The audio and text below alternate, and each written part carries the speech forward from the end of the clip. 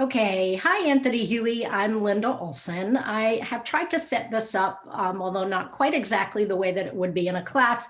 I've tried to set this up to simulate as if I'm teaching a class, because I'm currently not teaching a class that I can use for an example of how I teach. So what I'm doing is I'm recording this on Zoom as if I'm in the middle of teaching a class. So I'm going to proceed from here as if we're teaching the class residential construction from the inside out. So, all right, so now that you guys are aware of the fact that there are building codes and restrictions and requirements for how you can build a house, now we have to go to the next step in the process. What would that be? Well, finding the right site.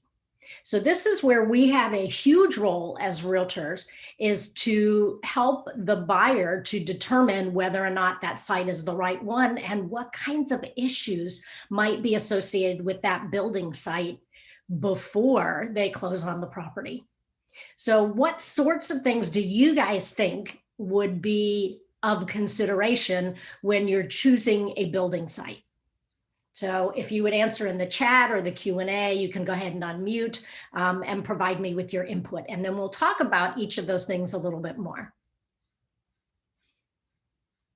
Okay, so you guys have been doing great. So you've come up with a whole lot of different ideas, and a lot of them are ones that we're already going to be talking about, and other ones are some that fall into some of those other categories. So let's talk about finding the right residential building site. So first of all, one of the most important things is infrastructure. Well, what do we mean by infrastructure?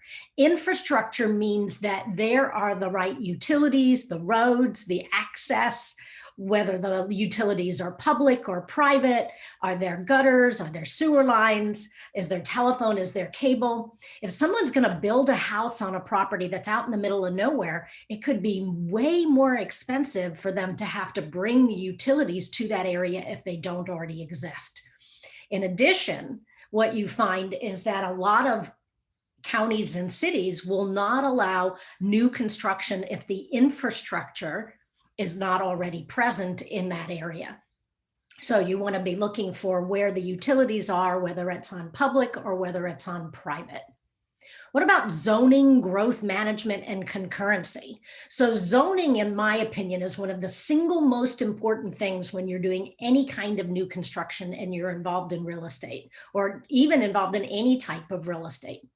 So the process of zoning is to allow local jurisdictions, whether it be the city or county, unincorporated areas, to plan and decide how growth is going to occur within their jurisdiction. What they do is they set up different designated areas for different types of building. Might have commercial areas, might have industrial areas, might have single family homes, might have multifamily homes, might have apartment complexes.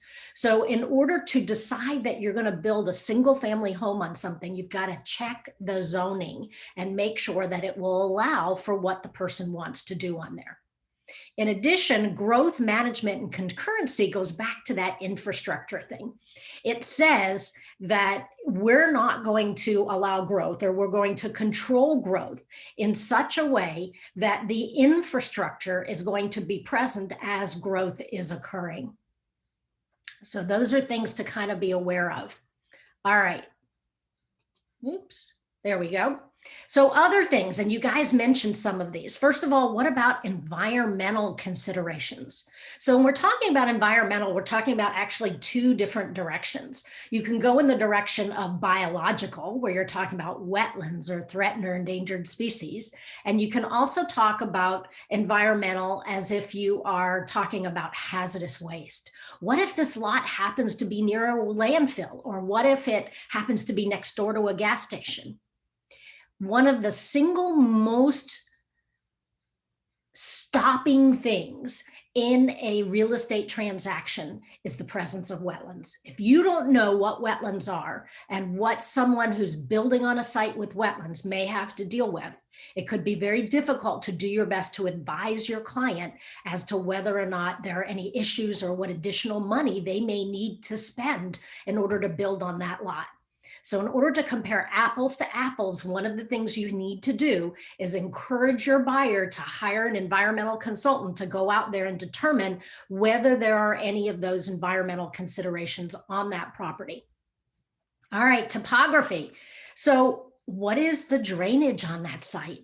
Topography is the changes in contours across the property, changes in elevation.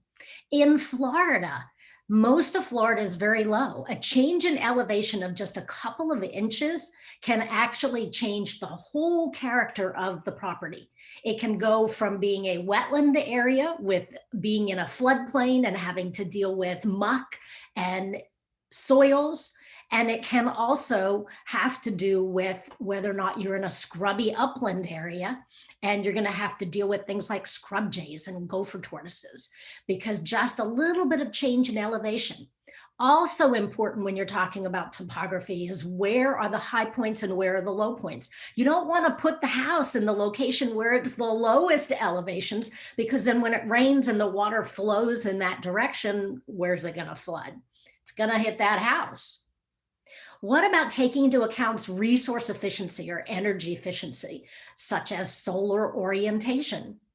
So in general, homes are more efficient if the long sides of the house are facing east and west, north and south, and the short sides are on the east and the west. The reason is that in Florida, the sun is the hottest in the morning, or brightest in the morning, and hottest in the late afternoon. So you want to orient the house so the longest sides of it gets that indirect sun, but yet light for the longest period of time. So long sides north and south, and east and west. So also wind is a factor here. So you want to take advantage of the prevailing winds that are in that area as well. So you want to have windows on the sides where the breezes come from, and you want to have big open areas, maybe screen porches on the south side, and also where you can have the breeze that might be coming in, or on the north side, or even on areas where you want to have the biggest area on your roof, because maybe you want to consider doing solar power or solar photovoltaic type systems in order to increase the energy efficiency of your home. Also important in new construction for a building site is to get a boundary survey. Know exactly where those boundaries are, whether or not there are properties that are adjacent to it that are in fact impacting that boundary. Maybe somebody built their fence on the property that your client wants to purchase. So obtaining a boundary survey along with that topo survey, so you know the elevations, you know where the property boundaries are, you can figure out what the setbacks are for the home, and you can locate that home on the site in a way that's going to minimize environmental impacts. So everything ties into that boundary survey. So also, what about permits and impact fees? So most cities and counties charge impact fees even for someone developing a single family home lot. Where it is, what city it's in, what county it's in might change how much those impact fees are. What are impact fees? Yes, they're taxes. They're basically taxes that are assessed by the cities and the counties in order to obtain some money for maintaining roads, for making sure that the schools are there to handle the people that are going to be living in those areas, make sure there's enough money for the police departments and the fire departments and all of those things. That's the reason for having impact fees.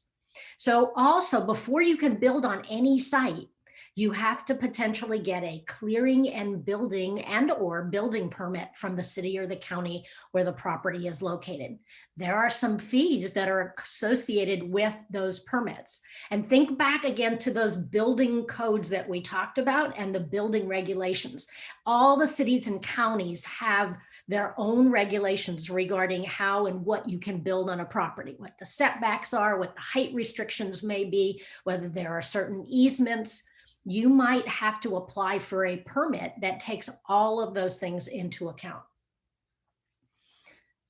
All right, so let's talk a little bit about the state comprehensive plan.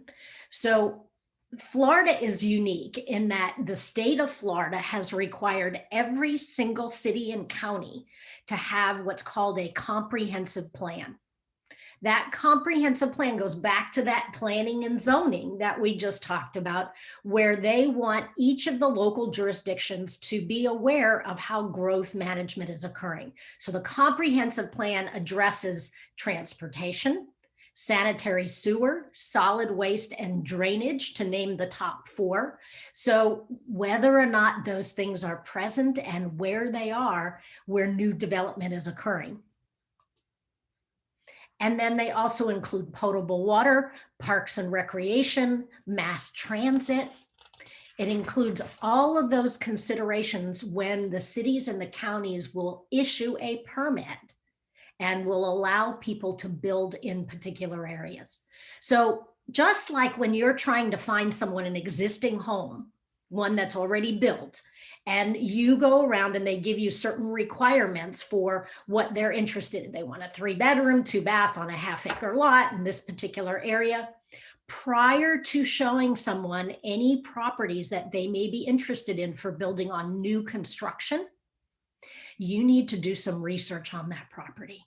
You need to look into what the current zoning is. You might need to find publicly available information to determine whether there are any environmental issues. You might need to be calling the city and county and find out if they have any particular easements or restrictions, what the setbacks are for that particular area. We can better help our clients to make sure that we are selling them or showing them, at the very least, properties that are going to meet their needs. Once you have narrowed it down to a few, then you would take them to see those properties the same way you would with existing homes that meet their requirements. And once you have completed that and they have picked a lot, then you need to advise them of what additional work they may need to do during their due diligence period prior to closing on that property.